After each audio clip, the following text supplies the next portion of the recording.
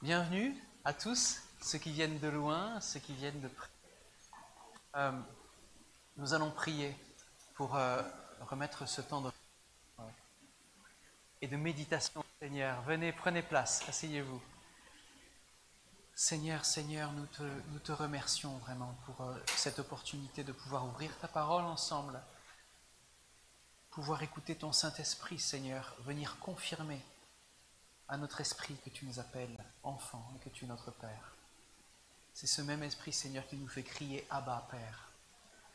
Merci, Seigneur, pour la révélation de ta parole aujourd'hui. Nous allons ouvrir ta parole dans l'hébreu et nous prions que chaque verset vienne crier vers nous combien tu nous aimes, combien tu es roi, combien tu as vaincu le mal et combien tu vis en nous, Seigneur.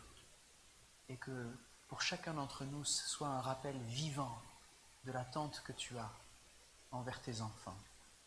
Merci, Seigneur, au nom de Jésus. Amen. Amen. Alors, si vous étiez là dimanche dernier, vous savez qu'on est rentré dans le livre, l'Épître aux Hébreux. Et cet épître, nous avons vu qu'il s'agissait plutôt d'une prédication. Alors, on appelle ça un épître, parce que ça fait partie des lettres qui sont dans le Nouveau Testament, mais le contenu d'Hébreux est en fait une prédication de cet auteur qu'on ne connaît pas. Mais ce livre a été reconnu comme étant réellement inspiré parce qu'il vient faire quelque chose d'absolument merveilleux. Il vient regarder l'Ancien Testament à la lumière de Jésus-Christ. Il vient visiter des passages de l'Ancien Testament extrêmement importants qui parlent de la venue du Messie, qui parlent de la venue du serviteur souffrant, et il vient interpréter ces passages à travers les lentilles de Jésus-Christ, à travers le prisme de Jésus-Christ. C'est donc une révélation de ce que signifient ces versets dans l'Ancien Testament à la lumière de Christ. Et les auditeurs de l'époque devaient comprendre ces choses. Ils devaient plonger le regard dans la beauté du Seigneur, la beauté du Sauveur. Et ce que l'auteur est en train de faire dans cette prédication, c'est qu'il leur ouvre la compréhension sur ce qui est vraiment important. Christ, Jésus est le Fils. Et c'est à travers lui que Dieu parle aujourd'hui. Ça doit toujours résonner dans notre tête et dans notre cœur, même si on n'est pas hébreu au temps de Jésus. Christ est la parole de vérité. Il est celui qui s'adresse à chacun d'entre nous. Alors, je ne sais pas si vous vous rappelez de l'exemple qu'on a utilisé. On voit un homme qui est devant un ciel étoilé à l'aube. Et j'aime beaucoup cette image que mon frère David a choisie pour ce PowerPoint. J'aime énormément cette image parce que, vous vous rappelez, on avait comparé la venue de Christ à la lumière du soleil qui se lève un beau matin. C'est C.S. Lewis, le fameux écrivain qui a écrit Narnia, qui était copain avec Tolkien, qui a écrit Le Seigneur des Anneaux. C'est C.S. Lewis qui était un grand apologète, qui défendait la foi chrétienne en son temps, qui a dit « Je crois en Dieu comme je vois le soleil se lever. Non pas parce que je peux voir le soleil, mais parce que grâce au soleil, je peux comprendre tout ce que je vois. C'est parce que la lumière de Christ s'est levée que l'on peut comprendre tout ce qu'il y a à comprendre. » Et j'aime cette image parce que autant on peut être émerveillé devant un ciel étoilé, autant quand le soleil apparaît, toutes ces merveilleuses étoiles disparaissent. Elles sont toujours là, mais elles ont fané. Elles ne sont plus visibles parce que le soleil a pris toute la place. Quand Jésus, le Christ, est venu, la révélation de Dieu et de son royaume a été éclatante. Éclatante. C'est pour ça que dès les premiers versets, il nous disait que Christ est le rayonnement de Dieu. C'est-à-dire que quand tu poses ton regard sur Jésus, tu vois Dieu. Tu vois son amour, tu vois son règne. Tu vois comment il désire régner. Vous savez, tout à l'heure, on était en train de faire les préparations au baptême. Et je suis très heureux qu'une maman qui accompagnait sa fille pour le baptême était là. Et elle posait des questions, elle disait, mais aujourd'hui, est-ce que vous vous rendez compte, c'est la chandeleur. Alors dans le monde, on fait des crêpes. Vous avez mangé des crêpes aujourd'hui? Qui a mangé des crêpes? Oui, il y en a qui voilà, on est coupable, hein, sucre et tout ça, crêpe au sucre. et, et alors, la chandeleur, c'est quoi? Eh bien, c'est quand Jésus a été présenté au temple, c'est devenu une tradition, donc on célèbre la chandeleur, l'arrivée de la lumière. Hein. Ne demandez pas ce que les crêpes viennent faire là-dedans, il faudra demander à quelques historiens. Hein. Je ne pense pas que Jésus ait mangé des crêpes à ce moment-là, il était trop petit, il avait 8 jours. Mais c'est quoi en fait la chandeleur? C'est le jour où Jésus a été présenté au temple. Et ce jour-là, on a l'histoire de Siméon et de Anne. Je ne sais pas si vous connaissez cette histoire, mais Siméon était un homme qui était connecté avec Dieu. Et il avait une relation avec Dieu où Dieu lui avait dit « Tu ne mourras pas tant que tu n'as pas vu le Messie ». C'est une belle promesse. Et le jour de la présentation de Jésus dans le temple, alors qu'il a 8 jours, Siméon voit Jésus et il le reconnaît. Il attendait que lui. Dans tous les gens qui entouraient Siméon, il y avait des personnes qui regardaient le règne des Romains, qui regardaient le manque de liberté que le peuple juif avait à cette époque. Alors que quelques dizaines d'années en avant, ils étaient autonomes. Soudainement, le règne des Romains était là et tout le monde cherchait un roi libérateur. Tout le monde s'attendait à un roi guerrier. Siméon, en posant son regard sur le bébé, Jésus, il voit la promesse de Dieu, qu'il ne libérerait pas juste du joug des hommes, mais qui libère d'un joug beaucoup plus important, le joug de Satan, le joug du péché, sur chacun d'entre nous. Et Siméon était libéré ce jour-là. Il avait eu sa promesse, il pouvait partir en paix. C'est ça qui devrait nous frapper. On ne devrait pas attendre une libération qui est accessoire, on devrait attendre une libération de notre âme. Et Siméon a été libéré. Et si on plonge nos regards dans Hébreu, ce que fait ce prédicateur, c'est qu'il nous révèle la personne de Jésus, il nous révèle combien elle nous libère. C'est un message qu'il ne faudra pas négliger pour le croyant, et c'est le message d'aujourd'hui. Je vais parler de 3 choses. La première chose, ce sera que nous allons voir que ce qu'il nous est annoncé ici, c'est un avertissement très sérieux, et qu'il ne faut pas négliger la révélation qui est la révélation la plus grande, celle de Jésus-Christ. Le deuxième point, ce sera que nous allons voir que Christ est l'homme parfait. Et l'homme parfait est glorifié. C'est un petit peu ce qui nous attend nous après. Troisièmement, nous allons voir que Christ est notre grand frère. Nous allons voir combien cette relation est voulue par Dieu. Il est le grand frère qui nous sanctifie, qui nous change, qui nous met à part. Et finalement, nous allons voir combien Christ est le libérateur du pouvoir du diable sur nous. Vous êtes d'accord avec ça? On y va? Alors, l'Épître aux Hébreux insiste vraiment sur l'importance de prêter attention à la parole de Dieu. On a vu ça dimanche dernier. Pour ceux qui voudraient rattraper, c'est sur YouTube. La parole de Dieu révélée en Christ. Et Hébreux 2 s'ouvre avec ce qu'on appelle un avertissement. Est-ce que vous êtes prêts à écouter l'avertissement du Seigneur? Puisqu'il en est ainsi, nous devons d'autant plus nous attacher à ce que nous avons entendu, de peur d'être entraînés à la dérive. Hébreux 2, verset 1.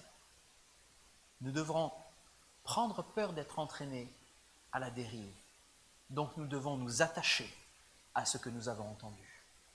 La question de départ, c'est pourquoi devons-nous prêter attention particulière à Christ et à son message? Eh bien parce que c'est un avertissement ici, les amis, qui est très sérieux. Il ne faut pas négliger la révélation qui est la plus grande. Hébreux, de versets 1 à 4, nous allons le lire, commence par une exhortation qui est solennelle.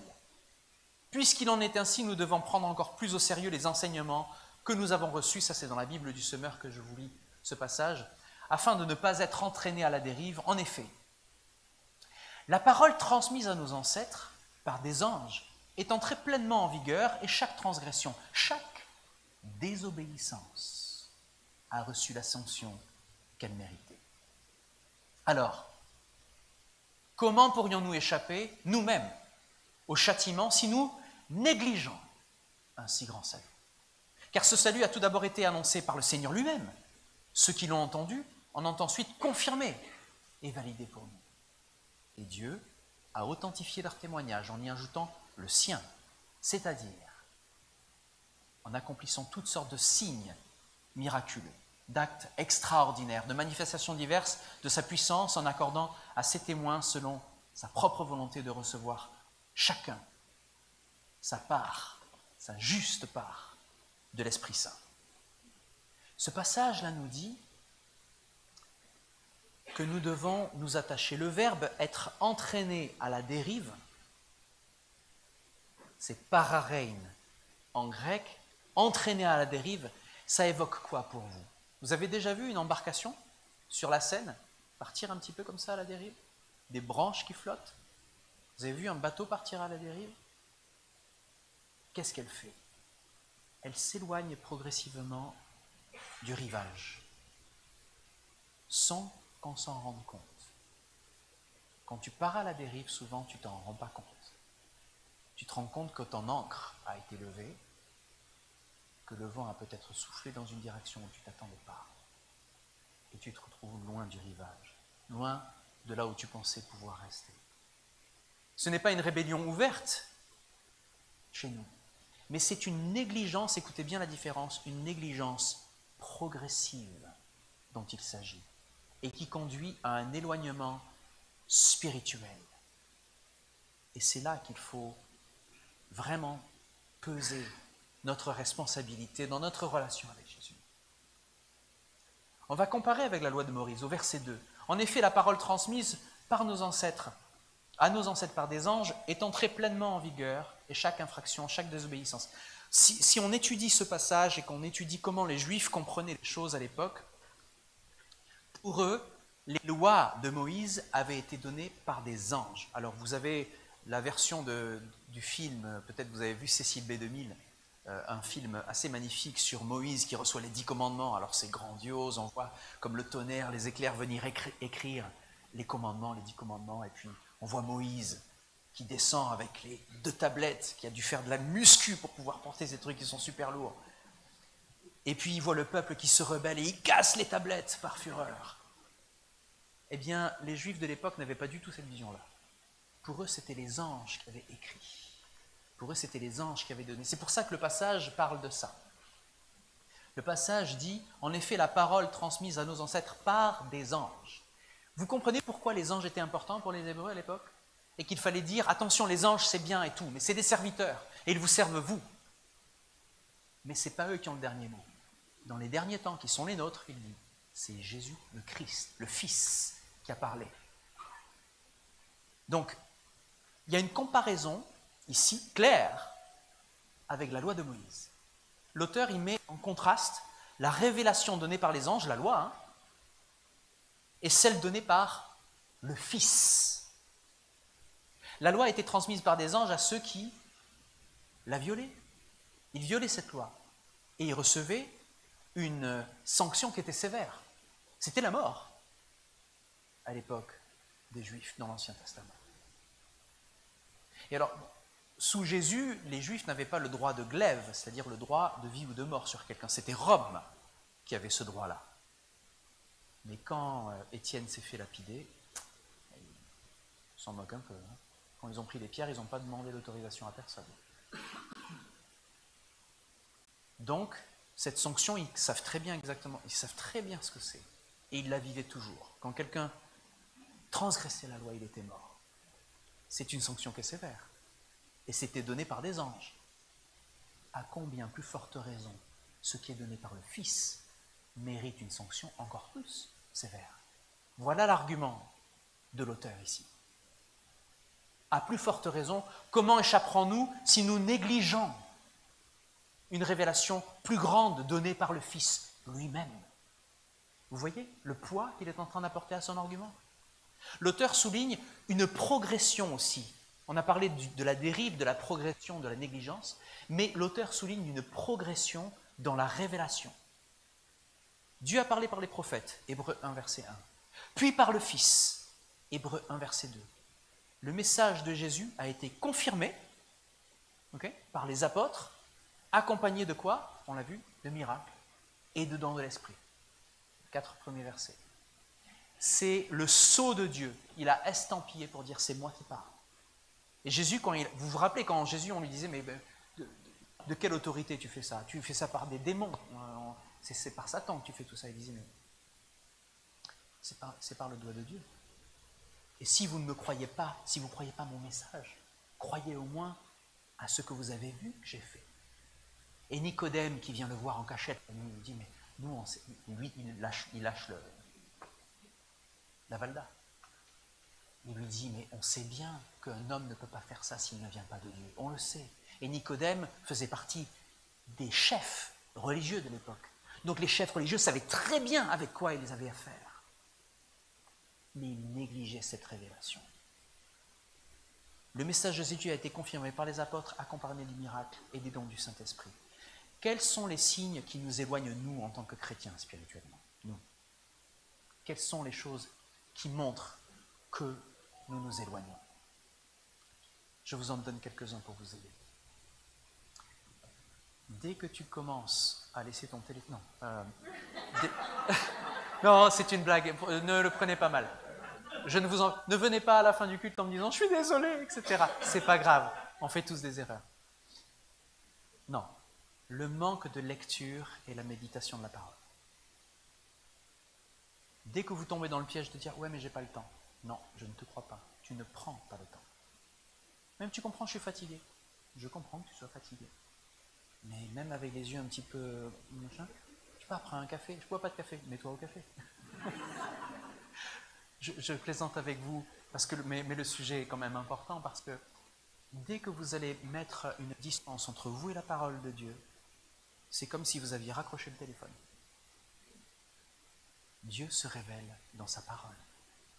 Il se révèle à travers ces mots qui sont noir sur blanc sur votre papier, mais l'Esprit de Dieu se saisit de cette parole par la foi que vous avez, et ça prend vie, et ça vient prendre le dessus dans votre journée. C'est lui qui aura le dernier mot dans votre journée, parce que la parole de Dieu vous a pris et vous a saisi l'esprit, a saisi votre entendement. Le manque de lecture et de méditation de la parole est un signe de dérive, les amis. Tu ne peux pas lire parce que tu as du mal à lire, c'est pas grave. Tu n'as pas appris à lire, c'est pas grave non plus. Ne t'inquiète pas, il y a des audios, il y a des choses, tu as du mal à voir. Eh bien, tu peux écouter la parole, audio. Si tu as du mal à le faire, si tu ne sais pas comment faire, viens nous voir, on va t'aider à le faire, mais tu pourras. Et rien ne peut t'empêcher d'écouter la parole de Dieu. Rien. Donc, manque de lecture. J'ai 3 points. Manque de lecture et de méditation de la parole. Hébreu, on le verra bien plus tard, en Hébreu 10, mais désintérêt pour la communion avec l'Église, les frères et sœurs. Si tu te détaches de ta communion avec les frères et sœurs, c'est comme un tison, je vous ai dit, j'aime bien les barbecues, c'est un tison que tu enlèves des tisons ardents qui brûlent ensemble dans le foyer. Tu l'enlèves, ce tison, tu le mets à l'écart, il va s'éteindre. Les autres vont continuer à brûler. Et puis, celui qui prend soin du feu souffle dessus. Je parle de Dieu et de son Saint-Esprit. Le tison qui reste à l'écart va s'éteindre. Donc, deuxième chose, désintérêt pour la communion avec l'Église. Vous allez voir, l'Épître aux Hébreux nous dit « Ne faites pas comme beaucoup qui délaissent leur assemblée pour se perdre. » Et finalement, et là je parle à notre génération, c'est la désensibilisation au péché. On est tous influencés par les médias. À moins de fermer toutes les vannes, de ne plus regarder aucun écran, d'éteindre la télé, de ne pas regarder ni YouTube, etc. Mais on sait tous que, selon la génération dans laquelle on est né, on va regarder des films, on va écouter des choses, on va regarder. Et cette génération est de plus en plus insensible au péché. Vous allez voir des scènes dans les films qui sont... vous regardez, hein, on dit qu'un film est bon pour les enfants de 13 ans, mais il y a des films pour les enfants de 13 ans, je ne les montrerai pas à mes enfants, parce qu'il y a surtout les films français. On a encore les Américains, il y a encore quelque chose, il y a encore un petit peu encore de pudeur. Mais en France, on a totalement fait sauter. Il y a des allusions à l'immoralité constamment. Et c'est triste. mais cette insensibilité au péché et au Saint-Esprit, elle est induite par nos temps, les temps qui sont les nôtres.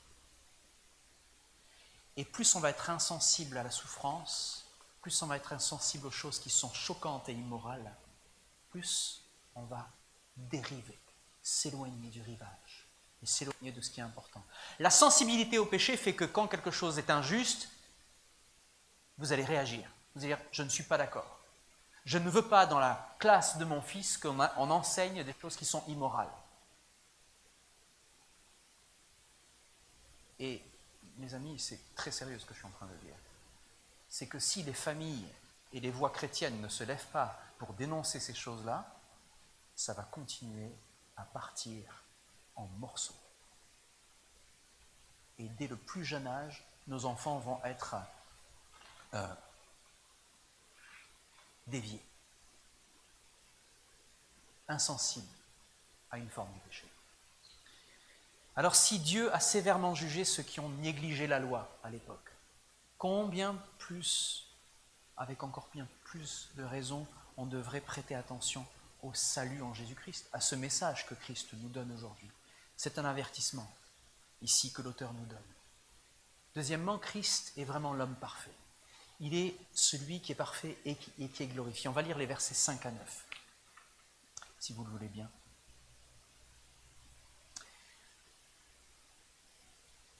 Car ce n'est pas à des anges que Dieu a soumis le monde à venir, ce dont nous parlons. À le monde à venir dont nous parlons. Au contraire, quelqu'un dans le texte de l'Écriture déclare « Qu'est-ce que l'homme pour que tu prennes soin de lui? Qu'est-ce qu'un être humain pour que tu t'intéresses à lui?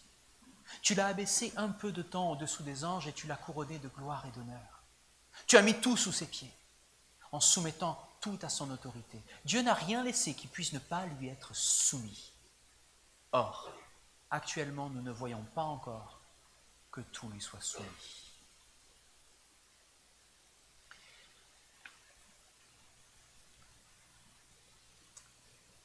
Mais voici ce que nous constatons.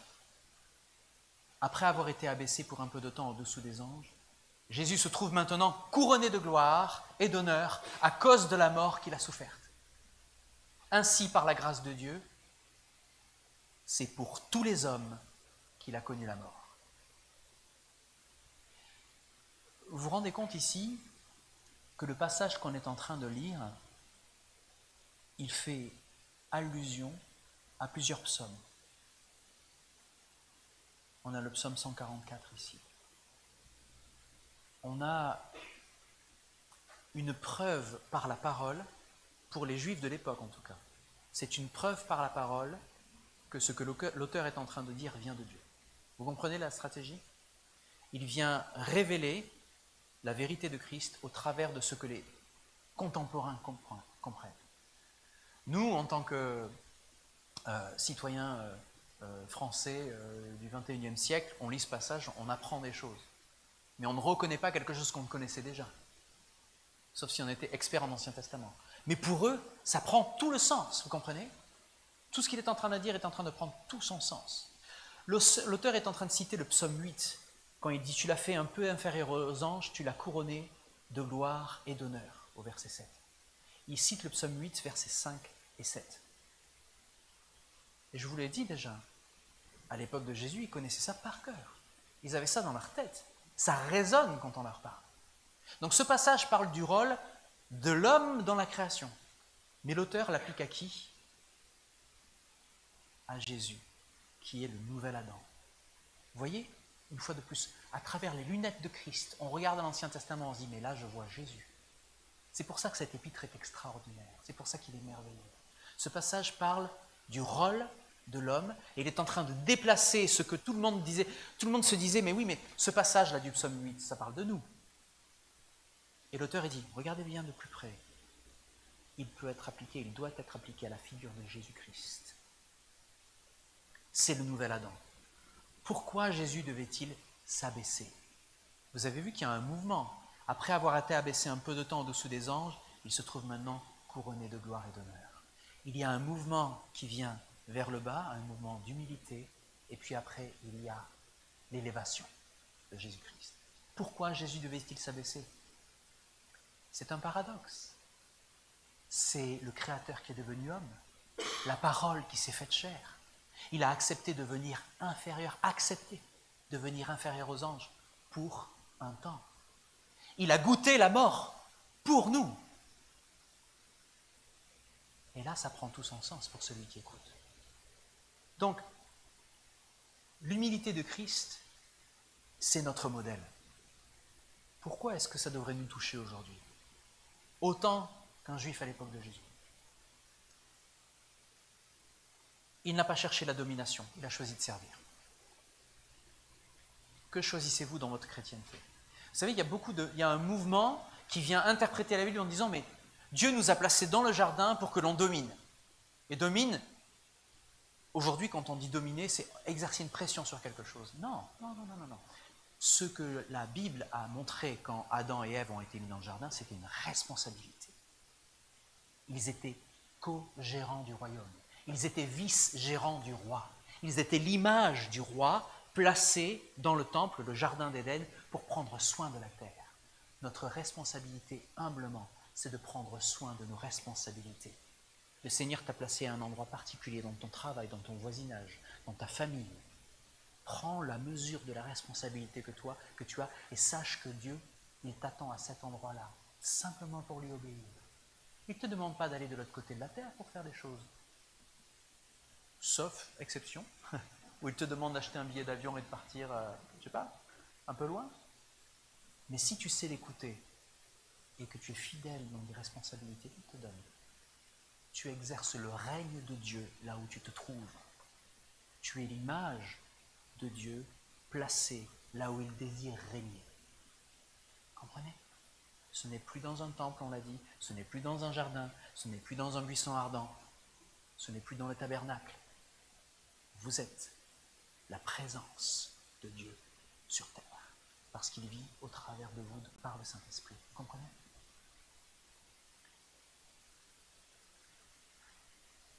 Il n'a pas cherché la domination, il a cherché à servir.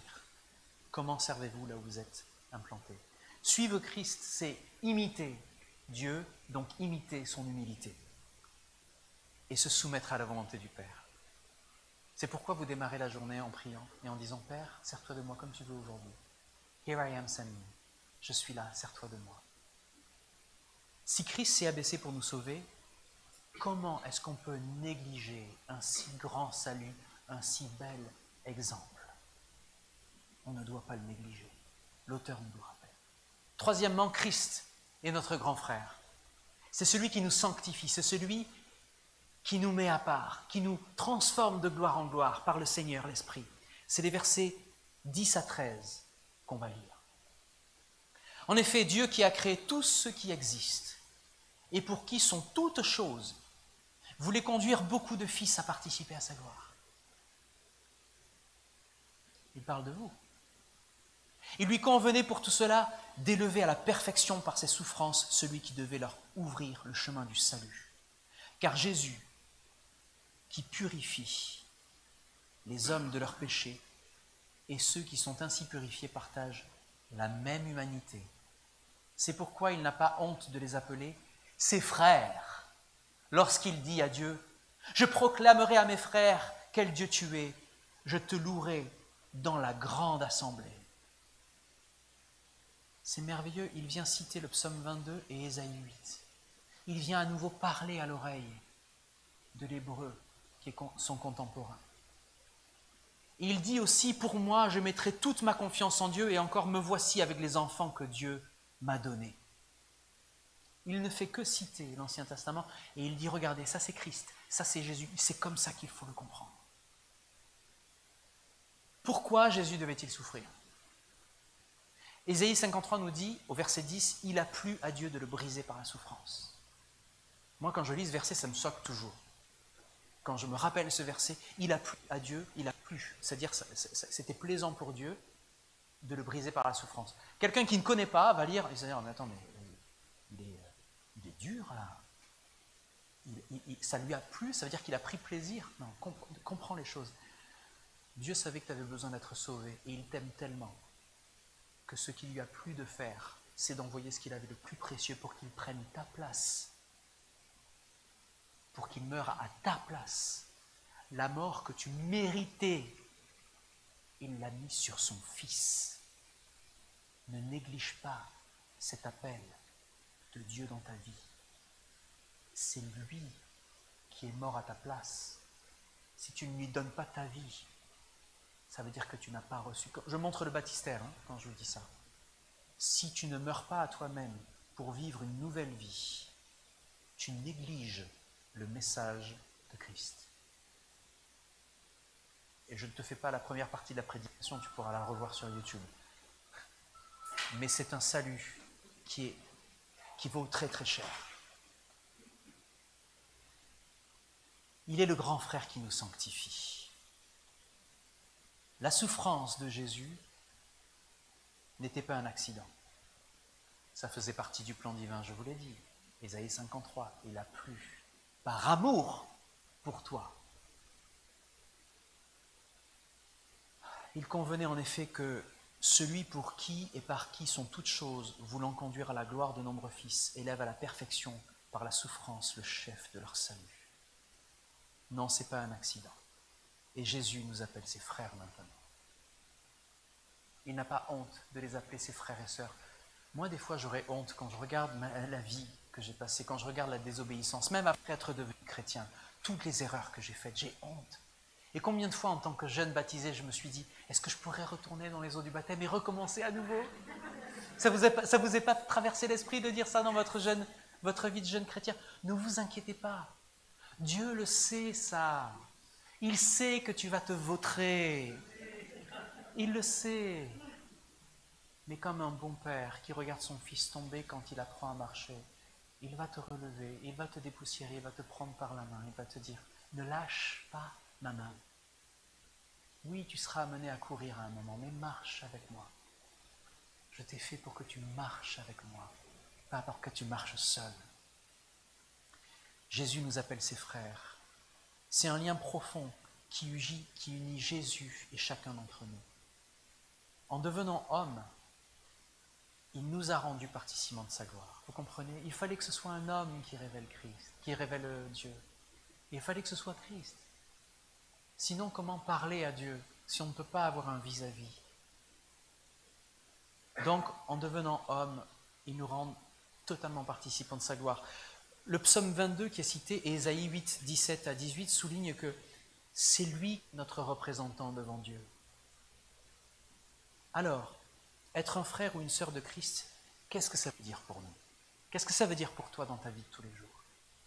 Première chose, tu vas chercher à vivre dans la sainteté. Puisque c'est lui qui te sanctifie, c'est lui qui te met à part.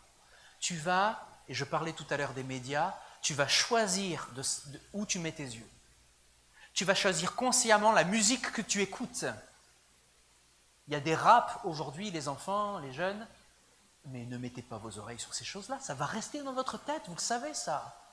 Il y a des images, même que vous voyez dans la rue, il y a des images que vous voyez à la télé, même dans des publicités, mais éteins ça, ferme les yeux, tourne, mais arrête ça. Tu sais pourquoi? Parce que tu ne pourras pas l'enlever de ta mémoire. Et l'ennemi le sait très bien, il sait très bien que ce que tu vas nourrir, comment tu vas nourrir ton cerveau, par les yeux, par les oreilles, ça va porter des fruits. Ça va être planté dans la terre de ton cœur, ça va porter des fruits. Vivre dans la sainteté, choisir ce qui est bon et ce qui est mauvais. Tu as le choix, ne te laisse pas imposer les choses. Deuxièmement, marche dans la confiance en Dieu. On vient de voir qu'il a payé le prix pour toi, qu'il ne t'en veut pas quand tu tombes. Il désire une seule chose, c'est que tu marches avec lui. Il n'est pas en colère contre toi. C'est le temps du salut, c'est le temps de la grâce. C'est le temps où tu apprends les choses, où tu lui fais confiance.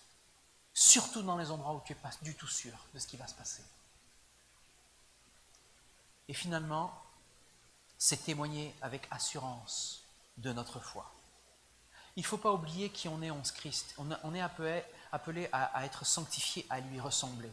Et quand tu es rempli de ce feu-là, qui a transformé ta vie, qui a fait de toi, qui était une épave, tu es maintenant un fils et fille de Dieu. Tu étais rejeté, tu es maintenant frère de Jésus-Christ, sœur. Tu fais partie de la famille de Dieu. Tu ne peux pas négliger ça. Ton témoignage, c'est celui de quelqu'un qui est sauvé. C'est un prêtre qui disait, je ne me rappelle pas son nom, mais il disait on devrait tous avoir une gueule de sauvé. J'aime bien ça. Une gueule de sauvé, ça veut dire que quand on te regarde, et alors regardez, je suis persuadé qu'on vous a fait cette réflexion. On vous a dit, mais il y a quelque chose de spécial avec toi, tu es habité. Vous avez déjà entendu ça, tu es habité. Vous savez que le mot habité, c'est la racine du mot tabernacle. C'est l'habitation de Dieu. Tu es habité, tu peux dire oui, oui, je suis habité, et j'en suis bien fier. Et ce n'est pas de mon fait, c'est le Père qui m'a donné son esprit. Je suis habité. N'oublions pas qui on est en Christ. Cette assurance-là va vous permettre d'ouvrir la bouche alors que même vous ne vous sentez pas capable, alors que vous vous sentez peut-être parfois jugé par votre propre cœur. Dieu est plus grand que votre cœur et il ne vous juge pas. Amen. Merci Mouradi. Ça fait plaisir de t'entendre. Christ, finalement, est le libérateur du pouvoir du diable.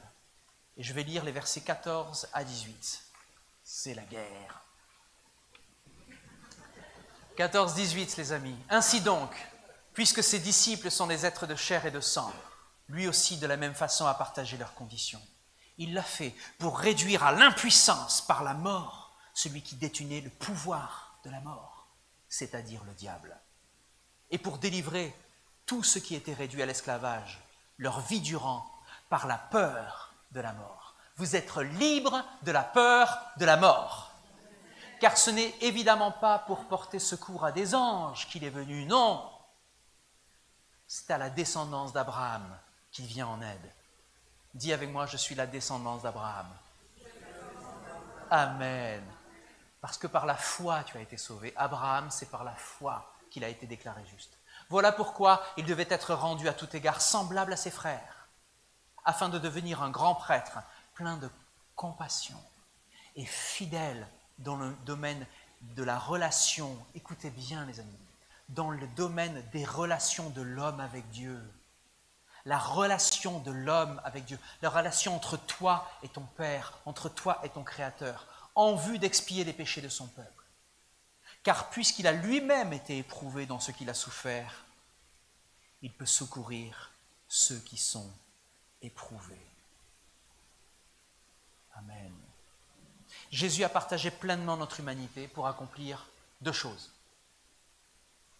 Il a détruit le pouvoir de Satan sur la mort. Amen. Il est devenu un souverain sacrificateur et compatissant. Compatissant, les amis. Ça veut dire que quand tu viens avec tes fardeaux devant Dieu, tu t'adresses à un homme qui sait ce que tu traverses, parce qu'il a traversé, avec toi, il a traversé pire. Christ a vaincu la mort et Satan. Il a réduit à l'impuissance celui qui a la puissance de la mort, c'est-à-dire le diable. Celui qui avait le pouvoir de la mort a été réduit à l'impuissance. Le diable n'a plus de puissance sur toi. Amen. Avant Christ, la mort était une prison effrayante. Désormais, nous n'avons plus à craindre la mort parce que Christ l'a vaincu. Il est ressuscité. Et c'est ce qui t'attend. Merci Seigneur. Alors, quelle application pour nous là aujourd'hui? La victoire. Sur quoi? Sur le péché. La victoire sur la peur. Souvent, ce qui amène les frères et sœurs à pécher, c'est la crainte de quelque chose. J'ai peur que si je dis la vérité, je vais être jugé, alors je vais mentir. Mauvaise réponse. Tu passes ton tour. Tu perds des points. Non. On a tous fait l'erreur à un moment. Regardez les enfants qui font... Vous avez déjà vu un enfant qui fait une bêtise? Ah! Je parle aux enseignantes là. Dès qu'un enfant fait une bêtise, ah non, c'est tombé tout seul. Ah oui, parce que tu as peur de la conséquence de la vérité. Tu as peur de dire la vérité parce que tu as peur des conséquences. Tu as peur d'être jugé, tu as peur de... Mais Dieu nous a tant aimés, que dans l'amour, il n'y a plus de crainte. Dans cet amour que Dieu nous a donné, nous n'avons pas à craindre la manière dont Dieu va nous reprendre.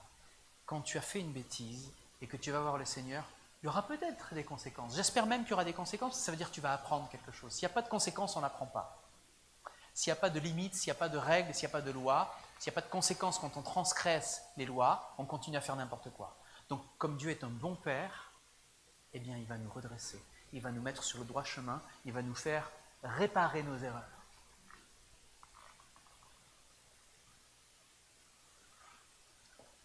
Peur de la mort? Non. Christ est ressuscité.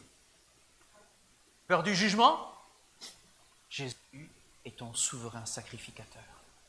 Il a donné sa vie pour que tu puisses vivre. Peur de l'épreuve? Il a souffert. Il comprend ce que tu traverses. Tu as des douleurs? Il a été meurtri, tranché par le fouet avant d'aller à la croix. Tu traverses un jugement? Tu es persécuté? Il est mort parce qu'il était la vérité. Pas seulement parce qu'il a dit la vérité, mais parce qu'il était la vérité. Et que les hommes l'ont rejeté. Mais parce que tu l'as accepté dans ta vie. Que tu t'es donné à lui par les eaux du baptême. Le Seigneur a dit, tu as mis ta confiance en moi. Tu es sauvé. Tu marches avec moi. Il comprend. Nous avons en Christ un sauveur et un grand prêtre qui comprend nos faiblesses et qui nous soutient dans les épreuves. Ne nous éloignons pas de lui. Ne dérivons pas. Il est notre ancre. Il est aussi le vent dans nos voiles. Ne dérivons pas. Restons attachés. Alors c'est un appel. Restons attachés à Jésus. Je vais vous résumer les grandes leçons qu'on vient de voir dans Hébreux 2. Premièrement, prenons garde à ne pas nous éloigner du salut en Jésus-Christ. Prenons garde de ne pas dériver. Deuxièmement, reconnaissons son abaissement, cette humilité et sa gloire, le fait qu'il ait été élevé. De même, tu vis humblement et le Seigneur te dit, tu es assis avec moi à la droite du Père. Vivons dans la sainteté, comme ses frères et sœurs. Choisissons ce que nous allons regarder, ce que nous allons prendre comme nourriture pour nos pensées. Si tu nourris tes pensées et que tu fais abonder ton cœur de la parole de Dieu, quand tu seras mis sous pression, ce n'est pas des jurons qui vont sortir, c'est des versets. C'est la vérité. Et ça vient déjouer ce que le diable essaie de faire dans ta vie. Et quatrièmement, vivons sans crainte, car il a vaincu la mort et il nous comprend. Ne craignons pas la mort. Ne craignons pas la mort. Ne craignons pas que nous allions devant un Dieu qui ne comprend pas ce que nous traversons. Quand tu t'adresses à Dieu, tu t'adresses à un homme, Jésus. Il intercède pour toi. Tu t'adresses au Père et tu t'adresses au Fils. Alors sommes-nous pleinement attachés à cette révélation suprême en Christ? Est-ce qu'on est vraiment attaché à ça? Si oui, alors continuons ensemble à grandir dans la foi. Continuons de lire la parole. Continuons de prier ensemble, de jeûner ensemble, de s'exciter à l'amour, comme dit la parole. De nous enthousiasmer à suivre, à faire confiance au Seigneur Jésus-Christ. Venez au jeûne et prière, venez au temps de prière. On va s'exhorter les uns les autres, on va avoir des paroles prophétiques les uns pour les autres, on va se tirer vers le haut parce que c'est ce que Dieu veut faire. Il veut édifier son Église. Si oui, continuons à grandir dans la foi. Sommes-nous pleinement attachés à cette révélation suprême en Christ? Sinon, aujourd'hui est le jour pour toi de revenir pleinement à lui. Et si tu entends ce message et tu t'es dit, je n'ai pas donné ma vie à Jésus-Christ, vers les eaux du baptême, cours et donne ta vie à Jésus-Christ. Tu n'as qu'une vie, tu n'as qu'un sauveur. Ne néglige pas un si grand salut. Nous allons prier que nous allons rester ancrés dans la foi, attachés à la révélation de Christ et remplis de l'assurance qui nous a rachetés pour toujours. Je vous invite à prier.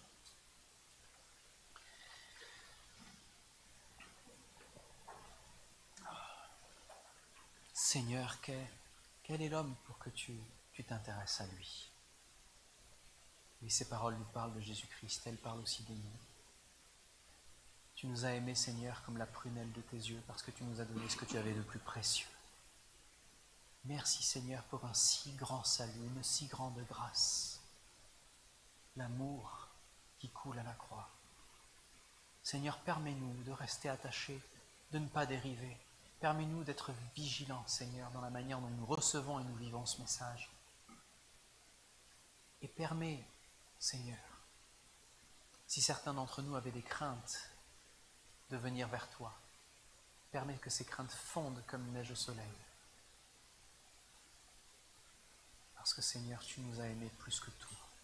Permets-nous de courir vers toi, Seigneur. Tu as tout fait pour que nous puissions courir vers toi, parce que c'est toi qui es venu vers nous d'abord.